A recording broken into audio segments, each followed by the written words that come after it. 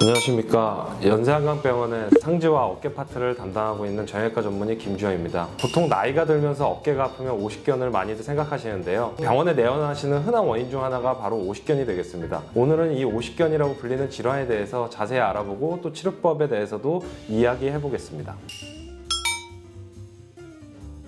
네, 50대에 생기는 어깨 질환이라 하여 오십견이라 부르지만 요즘 30대에도 많이 발생하는데요. 정식 명칭은 유착성 관절낭염, 이름이 어렵게 느낄 수 있는데 풀어서 해석하면 어렵지 않습니다. 우리 몸에 있는 모든 관절들은 다 관절 주머니라고 하는 관절낭에 둘러싸여 있는데 이게 염증이 생기면서 섬유화 과정을 거쳐 두꺼워지면서 주변 조직과 유착이 돼서 이 어깨 운동이 잘 되지 않는 질환을 말합니다. 어깨 통증과 더불어 관절 운동 범위의 감소를 보이게 됩니다. 어깨 관절 운동이 부드럽게 잘 되지 않아 어깨가 얼었다 하여서 동결견이라고 부르기도 합니다.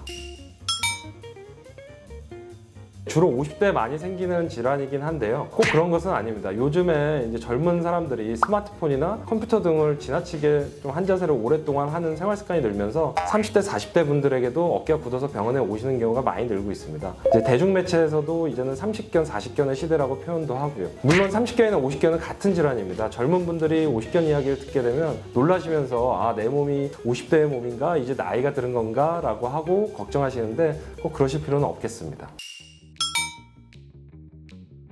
보통 특별한 유발인자나 원인이 없는 경우가 많은데 이런 경우를 1차성 또는 특발성 오십견이라고 합니다. 하지만 어깨가 굳어 관절 운동에 제한이 생기는 이 질환은 2차성으로도 오는 경우가 종종 있습니다. 첫 번째로 비교적 흔한 어깨 질환인 어깨 충돌증후군이나 회전근개 파열, 석회성 건형 같은 어깨 질환에 의해서 2차적으로 발생할 수 있습니다. 두 번째로는 이제 유방암 수술이나 쇄골골절 같은 외인쪽 요인에 의해서도 발생할 수 있고, 마지막으로 당뇨나 갑상선 질환 같은 전신 질환이 있는 경우에도 오십견이 잘 발생하는 것으로 알려져 있습니다. 네, 이렇듯 여러 질환들과 연관이 있는 오십견을 개별적인 단독의 질환으로 보기보다는 하나의 질환 스펙트럼으로 보는 것이 맞겠습니다. 실제로 여러 연구에서 당뇨병이 있으면 오십견이 잘 오는 것으로 알려져 있는데 전체 인구에서는 5% 정도의 유병률을 보이지만 당뇨병이 있는 경우 4배 이상의 20%에서 발생한다는 연구 결과도 있었습니다. 한쪽 어깨가 아픈 경우 양측성으로 오기도 하고요. 정형외과에서 당뇨병은 떼놓기 힘든 병인데요. 오십견뿐만 아니라 석회성 건형, 손목 터널 증후군, 방아쇠 수지, 당뇨발 등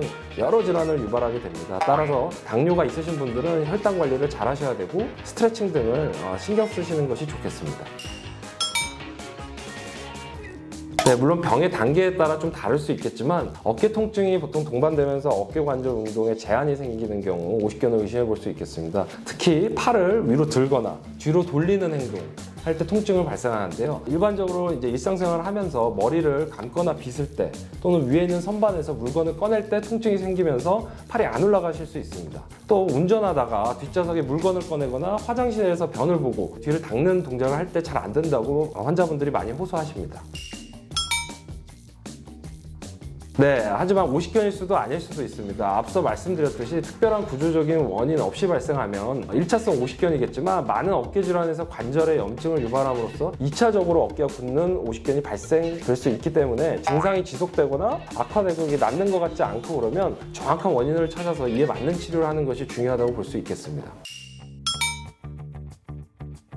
네, 우선 병원에 오시게 되면 가장 먼저 신체 검진과 더불어서 기본적인 검사인 엑스레이를 하시게 됩니다. 신체 검진을 통해서 압통이 있는지, 어깨 관절 각도에 이상이 없는지 등을 체크하게 되고, 엑스레이 검사에서는 기본적으로 관절염이나 석회, 골감소 소견 등이 있는지를 확인하게 되겠습니다. 물론 환자의 나이와 증상, 그리고 증상이 발현된 기간 등을 고려하여 다른 원인이 의심되는 경우에는 MRI 같은 정밀 검사가 필요하기도 합니다. 오십견인 경우 약물이나 주사를 통한 염증을 줄여주고 수시로 온찜질을 하며 스트레칭을 통한 관절 각도의 회복이 치료의 기본 원칙이 되겠습니다. 보통 환자 본인의 많은 노력과 시간이 걸리기 때문에 끈기를 갖고 꾸준히 치료를 이어나가시는 것이 중요하겠습니다. 증상이 심하지 않거나 증상이 오래되지 않은 초기의 경우에는 아플 때마다 약을 드시면서 스트레칭만으로 어느 정도 회복을 기대해 볼 수 있습니다. 하지만 보통 병원에 올 정도면 통증이 심한 경우가 많기 때문에 약물이나 주사 치료 없이 스트레칭하는 것이 힘든 경우가 많습니다. 따라서 주사를 자주 맞는 것은 좋지 않겠지만 시간의 관계 간격을 두고 주사를 최소한으로 맞으면서 진통 효과가 있는 기간에 최대한 열심히 스트레칭을 해야 빠른 회복을 기대해 볼 수 있겠습니다. 꾸준히 오랜 기간 치료를 지속해도 호전되지 않는 경우가 있는데 앞서 말씀드렸던 당 조절이 잘 되지 않는 경우, 그 다음에 갑상선 질환이 있는 환자분들의 경우에서는 그럴 가능성이 높습니다.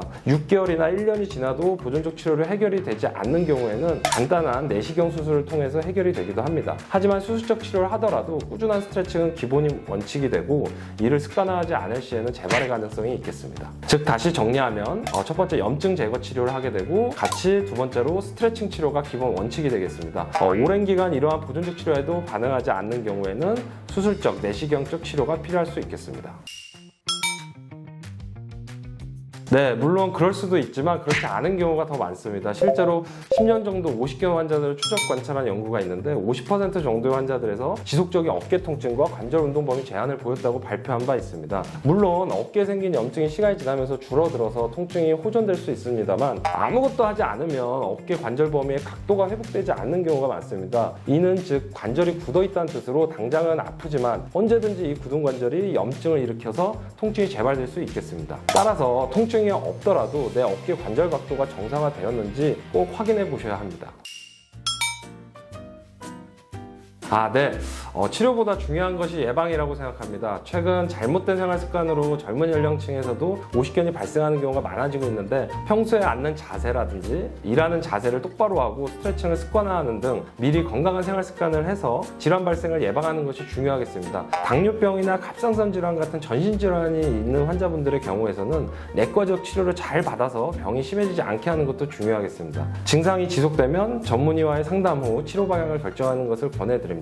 아프신 분들에게 조금이나마 도움이 되셨으면 좋겠습니다. 문의하실 것이 있거나 궁금하시다면 언제든지 연세한강병원의 어깨를 담당하고 있는 김주황 원장을 찾아주십시오. 신청해 주셔서 감사합니다.